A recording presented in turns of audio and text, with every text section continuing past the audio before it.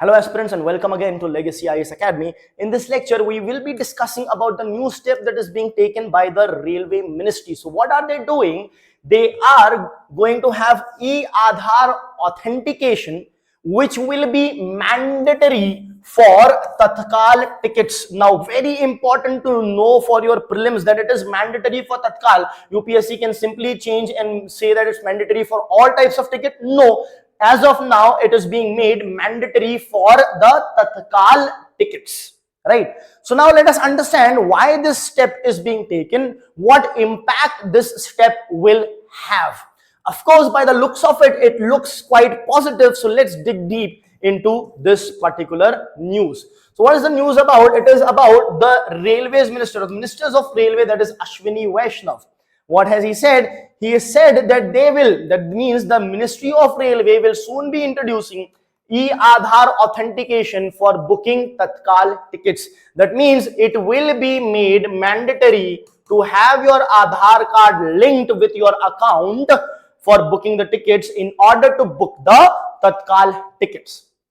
Now, if you talk about the Aadhaar authentication, now this will be a new step which is there. Now previously, if you just want to book a ticket, you need to have an IRCTC account, right? You can have that account by giving your name, username, etc. You have to give your phone number and email. You authenticate your phone number and email. Your account is created. You can book tickets. Your ticket gets SMSed onto your phone and also emailed to your email account as well, right? So that is there. Now, one more thing to add on here is the Aadhaar authentication, which is a new step. The provision, while a provision to authenticate an IRCTC account with Aadhaar to book 24 tickets a month already exists. So what are they trying to say here? Over here, they are trying to say that this is a step which we are introducing, that your account should be linked to book a Tatkal ticket. However, the e-authentication of the Aadhaar card with your IRCTC account is already existing. If you are doing that, then you will be able to book 24 tickets in a single month. Yes, there is a cap. You cannot go beyond this. Why do you need more tickets than this? Then you have to then become an agent. If you are not an agent, if you are an individual, then this is the limit. If your Aadhaar authentication has been done for the IRCTC account, then you can book 24 tickets a month. Now, this provision is already existing. To book 24 tickets a month, e-authentication of the Aadhaar should be done for the account. In addition to that, what is now going to happen is, if you want to book Tatkal ticket, then you have to mandatorily have your Aadhaar authentication done. I hope that's clear. Now, if you dig deep into the news, what specifically they are wanting, account holders who will link their accounts with Aadhaar, they will be getting priority booking during the first 10 minutes of the Tatkal sale. Now, this is there to nudge the people to do that. For example, when UPIs came, when GPay came, PhonePe came, so what did GPay do? If you have not installed that app, they would want you to install that app. So initially, the GPay was giving huge amount of, not too huge, but good amount of cashbacks. Now, if you see in GPay, there are no cashbacks as such because people are anyhow using it, they are habitual of it, and it has reached a very high number of subscribers, right? So here also, what I'm hinting at is, this may not necessarily keep on going on in the future as well. It might be a possibility that this is an initial benefit that you will get to link your account. That is one possibility. However, secondly, it can be available in the future as well. What the government is saying right now, as of now, is if you do this, you will be getting priority booking during the first 10 minutes of Tatkal ticket sales. In fact, they also go on to say that during the first 10 minutes of the Tatkal ticket sales, even the authorized IRCTC agents are not allowed to book tickets. That means what? That means that they are saying that there will be a higher probability for you to get the tickets that you desire, right? So that's quite a good incentive to actually link the Aadhaar card, do the e-Aadhaar authentication and book the tickets. It's good, it's going to help, because always a lot of times we face a problem that in Tatkal tickets, the moment it opens, our website doesn't work, for example, the app doesn't work, for example, when it is about to work, all the tickets are gone. Now in the first 10 minutes, if you are given the priority, the load will be less, even the authorized IRCTC agents are not allowed to book, so the load on the server will be less, and you will have a high probability of getting your tickets. Now, just additionally, I would like to add over here, specifically important for your prelims. We know what is Tatkal, 24 hours before you are able to do it.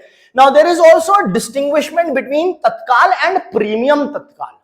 So, what is the difference between Tatkal and premium Tatkal? See, Tatkal ticket is, when you get it 24 hours before, you have to pay some Tatkal charges that is there. This Tatkal is available for AC plus non-AC trains, or the bogies, AC as well as non-AC. Premium Tatkal will charge you even higher and is available for AC trains only and not non-AC trains, and it will be even further higher charges for that.